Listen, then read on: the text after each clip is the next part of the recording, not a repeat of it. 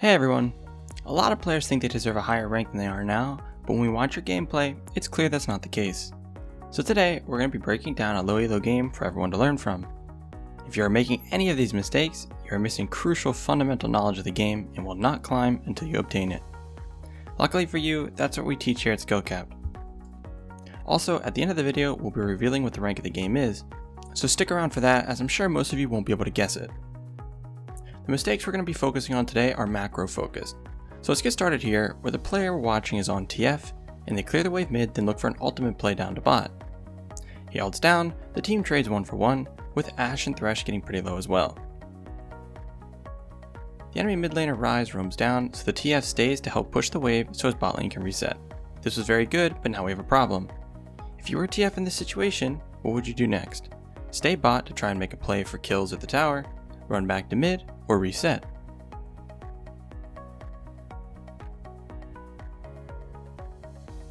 Not knowing the next step after a roam is a very common issue in Diamond and below, but it's extremely important because it affects your tempo, which we'll get into soon. But the correct answer is reset. Running back to mid with half health and almost no mana with 1 corrupting potion charge left is just a waste of time, when you can just recall and run the same distance from fountain to mid, but with full potions, health, mana, and your gold spent. This doesn't seem like a big deal, but when you take tempo into account, it is. Tempo is just time. If both laners want to roam down to bot, but one clears the wave 2 seconds faster than the other, that laner will have a 2-second tempo advantage, basically being steps ahead. So in this situation, TF and Ryze both roam bot. TF is low on mana, health, and potions. So his list of priorities now are, get back to mid to not lose CS, shove the wave and reset to refill health, mana, and potions and spend gold. Because Ryze came down to bot, Ryze will have to walk all the way back to mid. This means it's better to just recall now while Ryze is walking back to mid, than TF can walk back to mid while Ryze is pushing the wave. This gets TF a reset without losing anything. But let's see what happens when you don't do this. TF runs back to mid and starts clearing the wave. He can't clear fast enough to reset and the next wave is here. Also, he's completely out of potions. So now he's in a really bad spot. How can he clear the waves fast enough to reset against a champion with higher wave clear like Ryze when the TF has no potions? The answer is he can't unless his jungler ganks. Any decent player will make sure you will never get a good reset here and you will miss CS. Then on top of this, on the next wave he gets ganked and doesn't survive because he didn't have full health and didn't have any corrupting potion charges to use. So as you can see, by resetting then walking back to lane when the enemy laner also has to walk back to lane, you can reset without missing anything. And this is without even taking into account what the enemy laner needs. So for example, let's say Ryze was half health and half mana too after the bot fight earlier. If Ryze runs back to mid and shoves, while TF resets like he should, TF comes back to lane with full health, mana, potions, then Ryze needs to get a reset and run back to lane, while TF has the freedom to roam or get vision or help his jungler, putting TF steps ahead of the Ryze, or giving him a tempo advantage. Alright, moving on to the next play, it is very similar to the one we just went over. TF makes another alt play bot, which was good. They get 2 kills, and he runs to bot and starts pushing that wave, then recalls. So if we go back to after they got the 2 kills, Ashe and Zac are dead, and there's a cannon wave in mid, and the enemy Ryze hasn't started pushing yet. Trist is low, but with only Thresh down here and Sona being able to heal her as well. She does not need help pushing these bot waves so she can reset, and it's much better for the TF to go mid and collect his cannon wave. Now, let's say TF ulted down to bot and they only killed Zac, and the bot wave was pushing the enemy and Trist was low. Basically like the situation before. Then, since the enemy team could freeze, if they don't crash the wave on the tower, it would be fine to help them push it. All the TF did here was give up a cannon wave for no reason. The important thing about this is, do you see the difference between this play and the last one? In the last one, Ryze came down to bot, so TF stayed to help crash. So Ryze needed to walk back to mid, and that's when TF could have taken that time to reset. In this one, Ryze did not come down, so he's going to push the cannon wave in mid, and Trist doesn't need help pushing bot because Ashe and Zac are dead, and Ryze didn't head down. So it's better for TF to go mid and collect his cannon. If Ryze moved down to bot again like before, then TF could reset right after the play and run to mid. Alright, so those are the most common scenarios when we're talking about resetting after roaming. Obviously, we can't cover every one, but that should help. You should know, if you're not signed up to SkillCap, then you're missing out. We have exclusive content such as Challenger Challenges where we show how to climb out of every elo in the worst case scenario games, which we don't release to YouTube. alongside over 700 additional guides covering just about everything you need. Oh, and if you don't significantly improve while using our service, you get a full refund, so there's literally no risk. It only makes sense to sign up if you want to escape Elo hell. Check us out at skillcap.com. Let's skip ahead now to after some tier 1 towers fall, and we have some real macro to break down.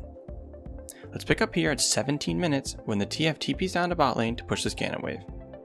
This TP is really bad for multiple reasons. First off, this blue wave will push back towards the red side of the map because the next blue wave is going to get here before the next red wave, so he's not missing any farm. So it's better to just run down to bot and save the TP. Secondly, TPing this deep without knowing where the enemy team is really dangerous. If a laner was on the way here and Zac was on Krugs, TF would just die after finishing the TP.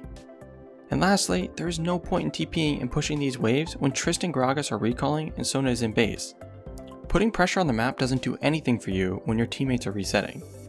Because of this, TF ends up just running to mid with nothing to do, then runs back to bot to clear the waves like he should have in the first place. And then after that we have another issue. Right here we can see Zac ganking top and Ashe thresh mid.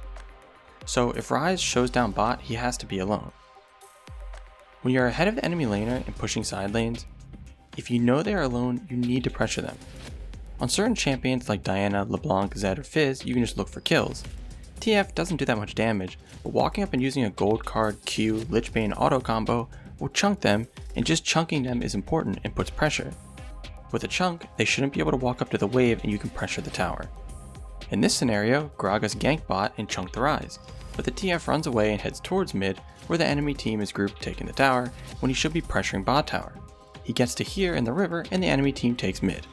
An important concept here is called trading objectives. The mistake we just saw where TF ran from bot to mid for nothing is one of the most common and we see it all the time. If you can pressure a different objective, it's okay if the enemy team gets your tower. You can just trade one tower for one. Anyways, after that, TF runs back down to bot and the low health Ryze is clearing this wave.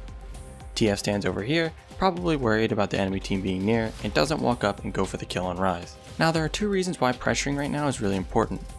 First, everyone is on the map now. Tristan Sona are mid, Yasuo is top, so TF having pressure bot is good. Ryze is killable in nearly one combo, even though he has cleanse. If TF gets ganked, it should be by Zac or Thresh or both. Merc Treads and Heal are plenty to get out of this situation, especially since Ryze is so low, and on top of that, Baron is coming up in 10 seconds. So if they 3 or 4 man bot, his team can do Baron. The second thing is, the enemy team just grouped and took mid tower, meaning they will probably reset now, not head down to bot. So TF shouldn't be too worried about getting ganked here. Alright, TF continues pushing the bot lane waves, and a fight breaks out in top lane that his team loses. First of all, the TP from earlier would be nice here. And secondly, TF isn't close enough to use his ult up there, which brings us to another important mistake. If you are split pushing and you can't pressure the tower with your lead, don't just shove the wave and sit out of vision like this TF is. You need to shove, then rotate and look for a play, or shove and pressure the enemy champion or tower. Pushing these waves does nothing but let Ryze farm safely. The tower hasn't taken any damage. Then the TF finally starts pressuring the tower, gets it low, doesn't take it, and leaves to go back to mid. He gets there, gets greedy, and disrespects the Aatrox, stuns the target with cleanse and not the fed bruiser Aatrox killing him, and dies, giving away 650 gold to the Ryze that was behind. Alright guys, so TF went to a side lane while fed for 4 minutes. He didn't get a single tower or a single kill, didn't make a single play, then roamed to mid and gave away his shutdown. After a play like that, the game isn't in his hands anymore, because if you're the carry and you die, especially on a macro objective focused champion like TF, the game's just over. You cannot rely on your teammates to carry you. If you split push and have a lot of your team's gold, you need to use your pressure to get stuff. You can't just AFK push. But that's going to bring us to the end of this video, as the stuff we talked about today is a lot to take in. And if you were wondering what rank this was, it was Platinum 3. Anyways, we hope you enjoyed the video, and thanks for watching.